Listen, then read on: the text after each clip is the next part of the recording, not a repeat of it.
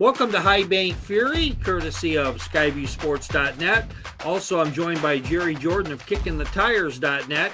Jerry, as we take a look at a few subjects on the docket right now, first off, RFK, they crashed out. That was kind of a big surprise. I thought that they might get three drivers in optimistically, but not well founded on that, and they ended up with no drivers. What says you?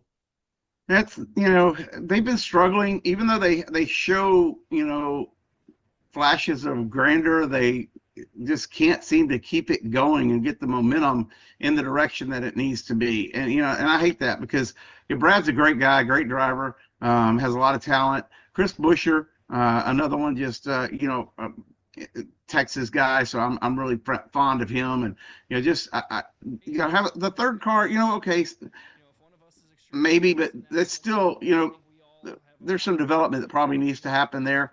But Buescher should have been in, I think, and Brad had every chance to win some other races this year and messed up. Yeah, I kind of agree with you on that. I did talk to Brad about that in our media scrums over the weekend, and he was very diplomatic about that. And I think that they're just going to have to keep working. That's all they can do is just keep turning the wrenches and looking at the data and make their cars just a little bit better, a little bit faster. There's always next year. Well, there you go. Tell you what, playoff predictions. Do you have any? Do you have a Final Four right now, and any drivers you think that might go out early? I'm going to go to my AI that I was talking about in the last episode. I've got a complete breakdown of who will be the champion and who's going to win the final races. I mean, it's a lot of. What AI model do you use? I'd like to find that out. Then I can't tell you that, because if I tell you that, then I'll lose my strategy, my edge. Oh, okay. All right. Well, thank you very much. Bob Francis has the same thing going as well. So go ahead. Let's talk about your AI model. Let's just find out my good old-fashioned common sense. We'll see which one comes. Christopher Bell is going to be your 2025 champion. Who is? Christopher Bell. Well, he's already won 3 times this year. We're actually going to have Christopher Bell on this very podcast coming up on Thursday, and I'll tease you with that. You tell me one of your AI models. You can come on here and ask Christopher a bonus question, although we'll all get him for the playoffs tomorrow. I'll even go better than that. My AI model has Christopher Bell winning at Martinsville to make the Final Four and then winning the Final Four. Wow, that's a prediction. Who's he going to be joined by? I've got Hamlin, and then Byron and Larson.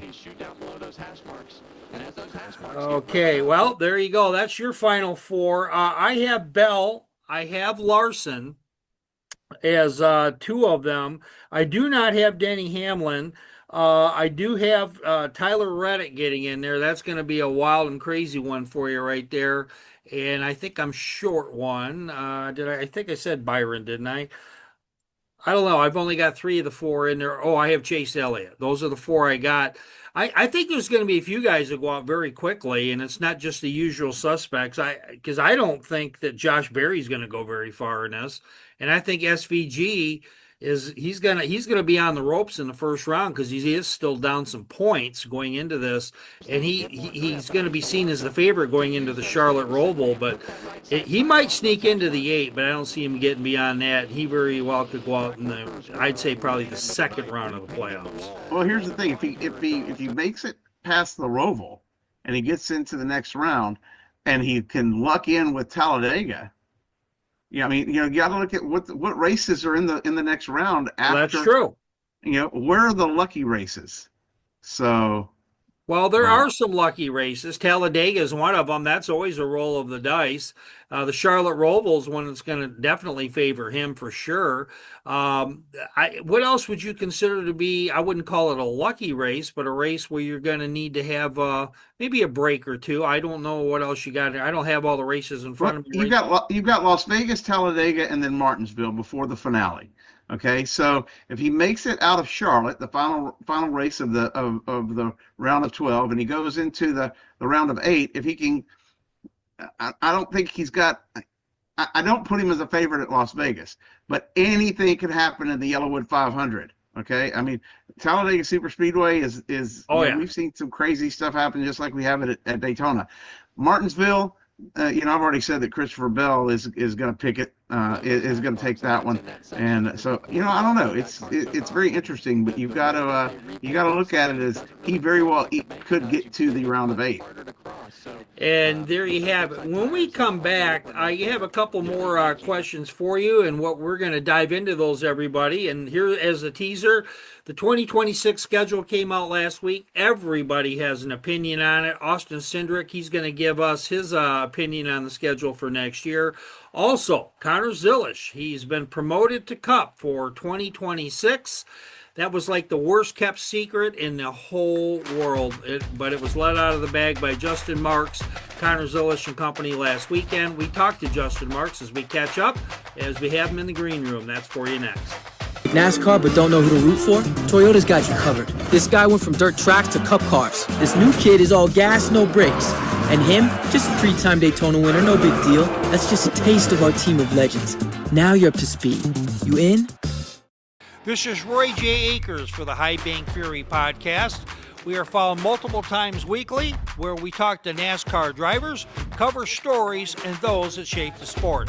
This is not just another podcast. We get exclusive content, talk fantasy NASCAR racing, and spill the news before other media outlets drop their take. We are on all podcast channels, the YouTube channel, and can be found on skyviewsports.net. Check out High Bank Fury, the podcast, today. Jerry Jordan kicking the tires. Schedule. The last time you were on, you kind of mentioned that Chicago was on its way out. It wasn't announced, and you mentioned San Diego. You must have known something about that before you even came on. Well, you don't hang around this sport for 25 years and not know a little bit what's going on behind the scenes. So, I knew we were going to go back to Chicagoland Speedway. I'd been monitoring that situation. The San Diego thing was, we just didn't know where it was going to be. Found out that it's going to be at the Coronado Naval Base. I will tell you this. I can tell you where we're not having a cup race. And that is, we're not having a cup race in the downtown Philadelphia. We're not having a cup race in downtown Washington, D.C. We're not having a cup race in downtown San Diego. We're not having a cup race in Denver, Colorado. And the reason I know all this is because I sent a blanket of open records information and FOIA requests across the country to find out any correspondence with NASCAR about having a race in their city on the city streets. The only thing about the Navy is they take so long. The federal government takes so long to respond to FOIA requests that I'll probably get the confirmation that NASCAR is coming to the naval base like when the green flag drops. And there you have it. Recently I did monitor and took a clip from the Happy Hour podcast with Kevin Harvick, and on there he had is it Smith? What's Bruton Smith's son? All of a sudden, Marcus Smith. I'm sorry, everybody, that I just had a faux pas. But anyway, we had him on there, and he talked, and he said that NASCAR is really going for the destination markets. That's why Vegas has 2 dates. That's why you're going to see NASCAR try places like San Diego, going back and putting in a rotation for the finals. And he said that if you have a destination attached to your name, that NASCAR is at least willing to take a good look at it. And Austin Cindric. Austin, you're in the green room. We got you right now. Would you rather go to a destination track like San Diego or a historic place like North Wilkesboro or Bowman Gray or some other place for a points race? What is your preference? Now you're starting to ask for my opinions, and those don't matter. So there's a ton of racetracks in North America that I think we would all love to go to, whether if those are short tracks or road courses or street circuits. But there's a long list. But I think NASCAR has done a really good job of creating a mixture, but also not being afraid to try new things. And I think our fan base really relates to that as well, because it's something fun and new to watch. Even if it's not like a home run, it's still going to make you tune in and think about it and have everyone talking about it. So I think having Chicagoland back on the schedule, I think will really suit this car. I think everyone could kind of agree with that. And obviously, it's been a while since we've been there, so it'll be interesting to see what that track's like and how it's aged. Well, you heard, Jerry, that Austin Cindric said that his opinion really doesn't matter, but he tends to think that the destination races, just like Marcus Smith, we alluded to just a few minutes ago, that those are probably where NASCAR is going to take a look at least give a strong thought to. How about a destination overseas next year or the year after? I think we're very close to having some kind of a race in another country other than Mexico or Canada. We went to Mexico this year. We're working on Canada, but I think we very well could see something in the not so distant future in the Asian market and maybe even the European market. There's a lot of tracks over there, and we've proven we can build a track anywhere now. Yeah. Well, so let me ask this question. Do you think NASCAR should try a foreign market as a points race at the beginning where they have a few weeks to get it right before they come out and race? Or do you think that they could just literally pack up, get on a ship, fly the cars, whatever how they're going to do it, take the teams out there, an advanced team, and set up like at any track in Europe that they decide to go to? I think it can either be the All-Star race or I think it can be the Clash. To just do an overseas race, the logistics are going to be a nightmare. You saw how tough it was to go to Mexico, and that's land-based. Flying all this stuff over there is going to be difficult, but I will tell you this. F1 does it every single week that they're racing, okay? So it can be done. It's just not the model that NASCAR has done in the past. So if we do it, it can be done where we have a points race overseas, but I predict it'll either be the Clash or an All-Star race. Okay, couple little side parts here on the schedule. Biggest surprise for you on the schedule next year? I really didn't see any. I mean, I wasn't shocked by any. I mean, I guess if you say the Coronado Naval Base, yeah, because I didn't know that it was going to be at a naval base. I thought we were going to race around the stadium in San Diego. That didn't happen. I can tell you that I asked the stadium authority and all the visitors and business bureau there about that possibility. Look, I sent out requests pretty much anywhere you can think of to find out if NASCAR was in talks about having a race in the city or in a city around the country. And we're not, even though we're in Coronado is a small city outside of San Diego. It's on a Navy base, which, on the island there. So I didn't even think about that until it was too late. Yeah, I think a few people talked about Watkins Glen being moved to May is a kind of like a surprise, but a kind of a healthy one because a lot of people want to go to Watkins Glen when they're not steamy hot. Yeah, I don't. You guys in this hot stuff. Look, I don't I'm from know. Texas, I'm just telling you what I was told by a couple people in the press room. and they're wimps. Okay, look, it's 98 degrees outside in Texas right now, and the humidity is about 140. Okay, so That's right. Yeah, that's 140%, people. So my math I didn't pass math, but that's okay. But no, seriously, we have high humidity and high heat in Texas. I deal with it every day. And when we would go to Texas Motor Speedway, I remember being at Texas Motor Speedway when it was almost 100 degrees outside. I remember being at Indianapolis when it was over 100 degrees outside. Look, these race car drivers, they deal with heat every week. I know the fans say that it's uncomfortable, but if you want to support your track, if you want to support a race, you go. But we've made we turned everything into, it's got to be so comforting and it's got to be air conditioned and we got to have our feet propped up and an extra look. I've got a big butt. Okay, I'm overweight. I get it. We got to have extra wide seats for people. Okay, back in the day, you sat your ass on a hot metal seat, at Daytona Speedway and behind you. Okay, and you dealt with it. You toughed it out for a race. So, yeah. I get a little worked up when, it's too hot to go here. Look, we're all in it together. We just got, just drink a lot of water. And there you have it. Tell you what, on the other side of a 30, I want to get a real quick 1-minute comment on the 2311 lawsuit. We're going to have that for you in 30. This is Roy J. Akers for the High Bank Fury podcast.